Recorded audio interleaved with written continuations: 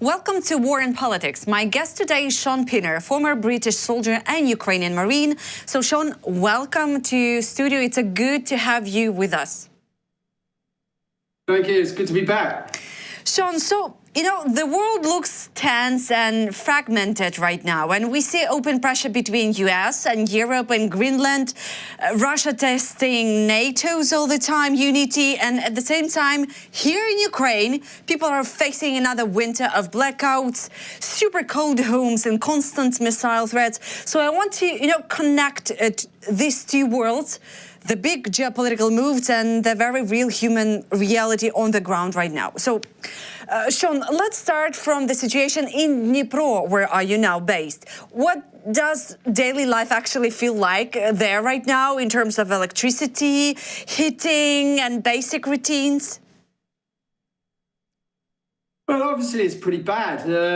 I've just put a video on my social media explaining that, while we're getting the hits and the missiles and the rockets coming in, generally in a world of diesel generators and, solar panels, as in my house, and various other battery banks, inverters, generally, I don't particularly see it too much. I know it's different for other people, obviously, but generally we get the blackouts and essentially, we may get some disruption, but it's not really changing my sort of life very much. I know there are other people in different circumstances where it is affecting them quite badly, especially the other side of the river.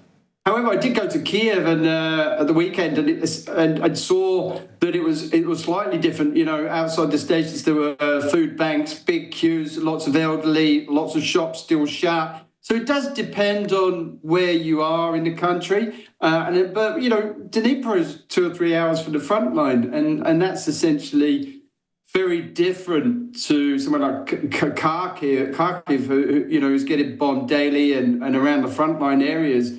But it just varies wherever you go in the country, essentially. Right. So Russia keeps striking energy and civilian infrastructure while making limited gains on the battlefield. And there is a warning from the Ukrainian government. They're going to strike again Ukrainian cities in the nearest 48 hours. So do you see this as a pressure designed to shape future negotiations, or just a sign that the meaningful talks are still far away? Well, I think we chatted last time about the power shift. Essentially, nothing's going to change. Those missile attacks are really an old Kremlin recycled playbook, and it's not working. The Russian propaganda is really working damage limitation. As we know, the situation now is completely different from 2022. Without going too deep into it, Russia has not achieved any of its goals or reasons for invading. It's now looking to Trump to fulfill those goals. And essentially the propaganda has to shout louder. So now we're talking about Oreshnik 60 kilometers from the Polish border being used and more rockets. This hasn't changed in Ukraine. It's still the same. And the same practice that Russia's been doing since 2022. Yeah. It's obviously very difficult this year because I think it's probably the worst winter that I can remember in the last 3 years, probably, reaching minus 13 at night, 20 at night, through the day, -9, lots of snow, lots of ice. So, Russia's trying to capitalize on that. But you've got to look forward to March, the end of March, where the sun starts to shine, it starts to get a bit warmer. And really, Putin's spending billions on this project. They're bogged down, after 11 years haven't taken Donetsk Oblast. So, essentially, the propaganda is working overdrive. And now what's happening is Trump's really giving Putin, a narrative win on a silver platter by trying to dismantle NATO from, inside NATO. So the whole dynamics have changed. And where, Russia can't make headway on the battlefield, they're moving in the political sort of realm now and trying to get ground and areas in and the rest of Donetsk Oblast, which they couldn't take militarily. Yeah, and speaking about Russian strategy to freeze us to death, to be honest, Shaun, right now I'm super cold in the studio. You could not even imagine. No, you actually can imagine as a person living in Ukraine, and my team right now, they're all freezing, but I could not imagine that that's gonna break our spirit. Not on the fourth year of a full-scale invasion, not after more than 10 years of war. So, yeah. Doesn't work with us. Shaun, how would you describe right now the situation on the battlefield, honestly? Well, it's difficult for start with us. It's difficult. The mobilisation's always been a bone of contention, really, for me, and how it was done and run from the start. However, essentially, I don't see Ukraine collapsing overnight. It's just not going to happen. So, I don't feel that it's going to change very much. I think Russia's going to be gearing up for a spring offensive, which I said last year. It's not going to change anything. I don't think there's going to be peace this year. I absolutely think the peace process has been thrown to the walls, to be fair. It's where we were talking days and days and politicians were making ends to try and get some sort of ceasefire peace deal. It's now we're talking weeks, and now we're talking Venezuela, and now we're talking Iran, and US's bandwidth is stretched already, as we can see. So Ukraine's taken a back seat, and personally, I think the Trump administration are just giving Putin time, and there's the recent announcements on Greenland, and now this peace board, and inviting Russia to this peace board. I mean, this is a country that's, essentially an ICC indicted war criminal who's stolen children and is still bombing Ukraine. And Trump's just invited to a peace board. I mean, it's ludicrous, absolutely ludicrous. So without getting too I think it's just going to be business as usual. I just think, Ukraine's going to be, if we're not careful, pushed into the back seats while they deal with other things like Iran, Greenland, and Venezuela, and that should tell you everything of really Trump's real, intentions. Yeah, and when you look at the growing tension around Greenland and NATO, I mean, overall, what do you think about all the situation? But it doesn't make any sense. Part of the Arctic, for one thing, the US is a part of NATO. The Arctic defence and the Arctic security had them involved. It was there to strengthen the area, not make it vulnerable. And then you've got, Trump's rationale that it's self-defense and it's within their, defense interests. And it just doesn't make sense. Russia after 11 years can't even take Donetsk or Blask. And that's because, we're putting up a fight. I mean, it's not in a position to even take Greenland. It's Russian propaganda, Russian narrative being supported by Trump. And, and that all incestuously links to the peace deal. How could you have really peace negotiations and really trust where the Trump administration priority lies? Clearly, it's Russian leaning, so it's not biased, it's not neutral. So how can really you formulate any peace process when essentially trust is a major part of any peace process? And if that's broken, which it's looking like it is already in the first 2 weeks of January, then that for me is just it's dead in the water. So we're just going through this process with the Americans that really there is no peace. I'll be absolutely shocked this year if any sort of ceasefire comes into play. That being said, Greenland's really this just benefits Russia and China in every capacity. It's clearly a push to really support what we're all trying not to say, that the American Trump administration is now Russian leading and supporting Putin. So many people are still in denial. Where some of us have been saying this for a very long time, that it's on the cards. Don't trust where Trump's going. it's certainly all money orientated and transactional, and so where we go, I don't know. If I'm truly honest, I don't think anybody knows where this is going. But certainly, this attack on Europe and Greenland is certainly benefiting Russia for sure. For sure, yeah. I think they're just waiting like this and watching for everything. You're right. Absolutely. But when you're, Shaun, saying that if the United States is going to do some serious move in Greenland, I will be shocked. Will you? I don't know. I mean, there's a lot of ways they could go at this. It doesn't have to be a military move, and the propaganda situation is terrible at the moment. It seems to be, you've got to take things into context. Twitter is one sort of, you can't get your news from Twitter. If you listen to Twitter X and you really did listen to that daily as your news source, you'd think that Russia conquered Ukraine twice over, and USA was now going to invade Greenland. So Europe isn't Venezuela, to put it into context. So I think this has got much more to play out yet before they do anything stupid. There's a lot of resistance now in America for the Trump administration. There's lots of political talk that he's going to try and not hold a midterms because he knows he's going to crash in that. So he's going to make up some excuse for that. I mean, there's a lot of political problems in America too. So, I hear a lot of Republican congressmen are now talking about trying to block Trump's move to do any of this. So, it is really just something we need to watch. I think there's still a lot more to play out with this. But we've got to keep Ukraine in the public eye as best we can. And what better to do that than to keep taking ground and keep destroying Russian targets. There's a lot of pressure on Putin at the moment, more than he's ever had in his whole tenure. We're not capitalizing on that. So it does seem to me, certainly, that Trump's coming to the rescue again when, there's a lot of eyes and a lot of people, even internally in Russia, looking at Putin now and criticizing him.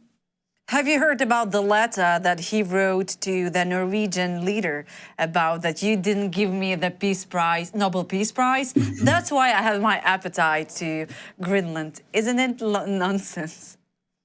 Yeah, it's typical nonsense. You'll have to forgive me. My cat's just decided that he's going to pop into the shop there. So.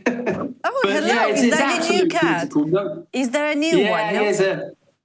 He's a new one, Mancoon. Yeah, he's only 4 months old, so we picked him up on Saturday. So he's very inquisitive, and we tried to hunt for him in the office just before we came on air. And then because we knew he'd do something like this, he's been asleep. So now he's wanting attention, of course, when you're doing a pod. So, but no, absolutely, certainly, it's real problematic for Putin at the moment, and he's essentially deflecting a lot of the problems on him now. Trump's coming to the rescue and solving that problem for him. It's like a safety valve. So.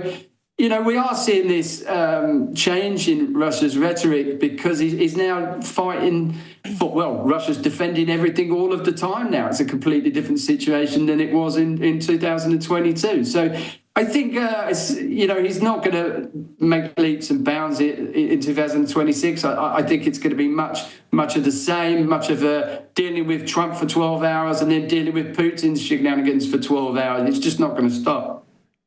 Shaun, I'm just opening your social media Instagram page right now, and you just posted the Ukraine's SBU Special Operations Alpha targeting Russia's defense air system. Just tell me about that more. The SBU just released some footage saying that they've attacked, $4 billion worth of air defense capabilities. For us, I've been shouting this from the rooftops, and I'm starting to see a lot of the media change now. I've been shouting, saying about the power shift. It's happening, whatever you think. I'm not saying we're going to walk into Mariupol and set up defense positions.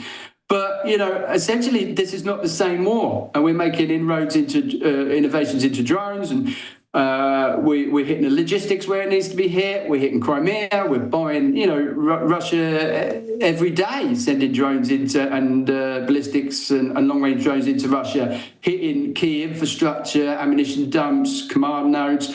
So, it's not a surprise to people like me who live here, who have seen this power shift and this pendulum swing back towards Ukraine, and not so much, in Russia's favour. It can't act its will anymore.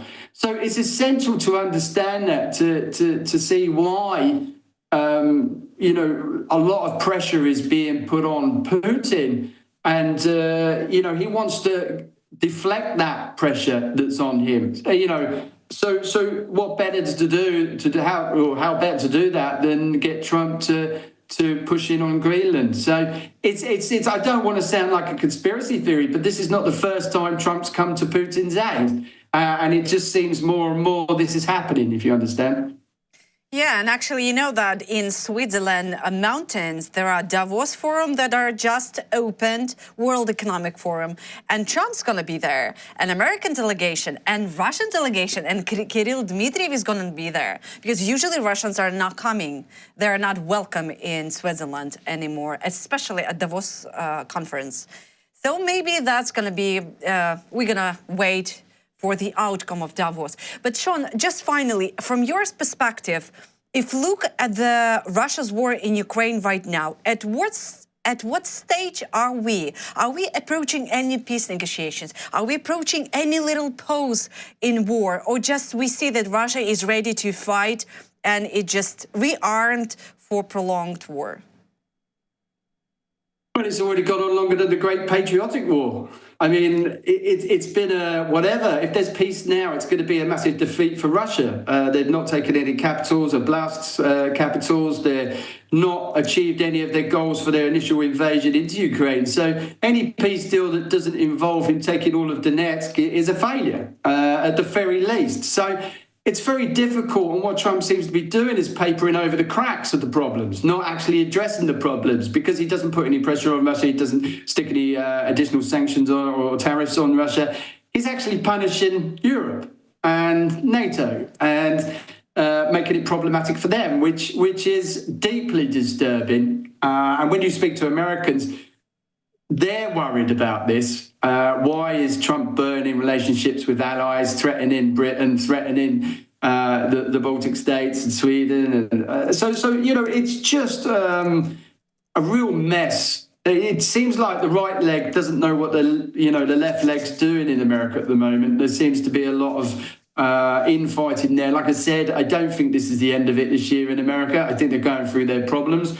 But certainly, with just inviting a Russian delegation to Davos means that Trump's trying to paper over the cracks, which is only going to end up in further conflict. We know. I mean, especially when there are children involved, they can't guarantee the return of all the children. He is essentially an indicted ICC war criminal. And they've conducted some of the most horrendous atrocities since we haven't seen since World War II. So it's if you paper over the cracks, that's just going to materialise again. And it's exactly what Trump's trying to do. He's trying to go on business as normal, paper over the cracks. Russia's not that bad.